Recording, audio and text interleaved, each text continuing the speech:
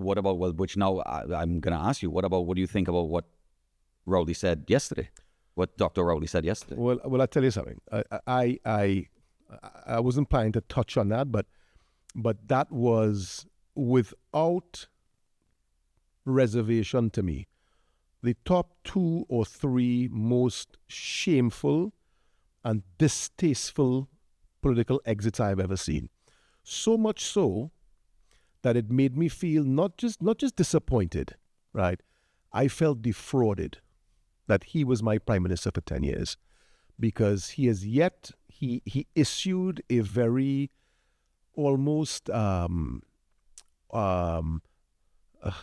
tepid, lukewarm kind of, the people have spoken, and on the night of the drubbing that they received, right?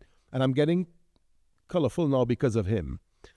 Has not once, hey, I was Manning's biggest critic here. Manning sat down with Kamala in his suit, crossed his legs, welcomed her to Whitehall, shook her hand, was the consummate statesman. Rowley made and I won't say a nebulous speech, but the speech said nothing more than the people have spoken on the night of the election. Then to come out on national television yesterday and go on a 6-minute tirade about what the UNC did in the past and what we are getting ourselves into now, it was bitter. It displayed a level of soreness that is unbecoming of a man, much less a statesman, right? What sympathy people had for Rowley, he threw it all away yesterday, except for his staunchest allies. It was distasteful at the highest level. But then I'll ask you, do you think that he necessarily cared? I mean, he's done. Well, that's the point. He's done with public service. Correct. He's finished. And that's what it showed to me, that he hasn't cared for the last 9 years. You heard it in the background, that he hasn't cared. And Rowley, some of the biggest PNM fans have told me, Rowley didn't want to be prime minister. He wanted to become prime minister, right? That's the book, Whitehall, Mason Hall to Whitehall. But what happened yesterday, to sit there and hold the country in contempt, all of us in contempt and disdain, and go on a 6-minute tirade? Tobago rejected you, my friend. The entire country rejected you. And the one thing he has said, Stuart Young didn't lose the election, he did. Well, thank God he accepted it, because this was an absolute, unmitigated rejection and repudiation, first and foremost, of Dr. Keith Rowley. And that piece yesterday had me livid last night. Had me absolutely, and any citizen should have been livid. For him to sit there with the media, with that level of contempt to the people that he led for 10 years, and that's what he said about our incoming government. He does not love Trinidad and Tobago. And the sad part is, he believes he does, because he spoke about it in such a way that he exposed what they really are. So the PNM is squeaky clean? Even if that's what you're trying to tell me. This PNM is squeaky clean? Perhaps they are. I am busy dealing with my life. I'm not busy in the machinations and the discussions of politics. The PNM is squeaky clean? The first ever open assertion, remember? All our teeth was from a PNM. It almost became pop culture. So to come now with that and talk about what the PNM did to offset that, and not once congratulate the party, wish the country well, it was one iota short of utterly disgraceful. And I'll just leave it as distasteful. All right. Well, we'll turn a corner quick.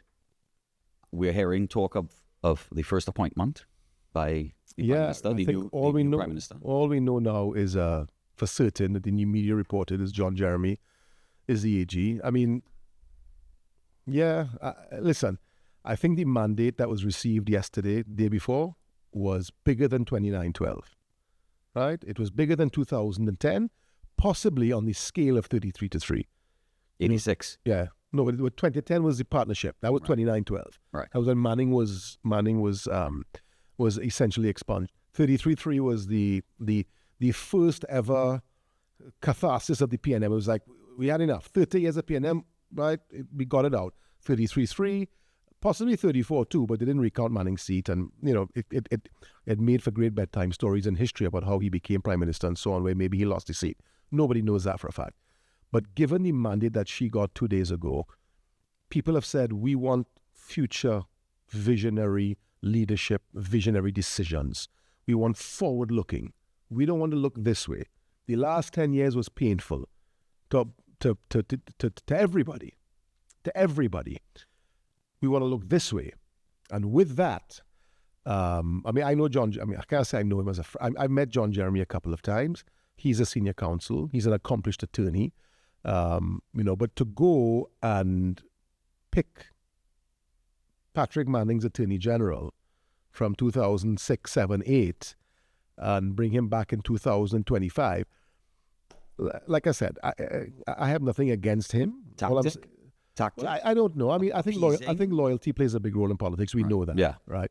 But there must be a wide, broad swath of tremendously accomplished attorneys in Trinidad and Tobago that have the gravitas and the skill and the legal acumen and the jurisprudent experience to be Attorney General. John Jeremy is one of them. I'm not saying he's not one of them.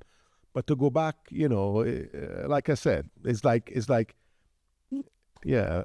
Well, you now talking about that and kind of, sharing your thoughts on it. I think that it's now reminding me of something.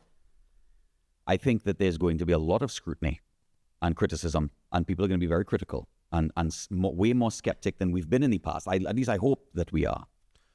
Well, we should. We always have should have been. But I hope that now when people realize what a complacent government can lead to, one that is what has looked like or seemed like they were afraid to do, some of the bigger changes that may have been necessary to steer the country in a better fiscal, social, cultural direction. But I think I'm hoping that every appointment is people are critical of it because we need to be. We have to be. Yes. And that's my point now. I want somebody who understands who understands the dirt and the agricultural, the literally how to grow a tomato. I want that person to be Minister of Agriculture. Yeah. I want somebody who understands whatever it is. I want them to be a doctor to be the Minister of Health, a medical professional, institutional medical professional, somebody who's run a hospital, whoever it is. I want them to be involved. That's where you and I differ a little bit. Well, I think, and one of the reasons why I was, not that I have any love at all for Imbert, nor does he have any love for me. We've had many spats, right? But he was an engineer. He wasn't a finance and an accountant. He was an engineer, which means he's a problem solver. And thus, when you're in that ministry, and many times in the past, that's what we've done. We put an educator in education. We've got a doctor in health.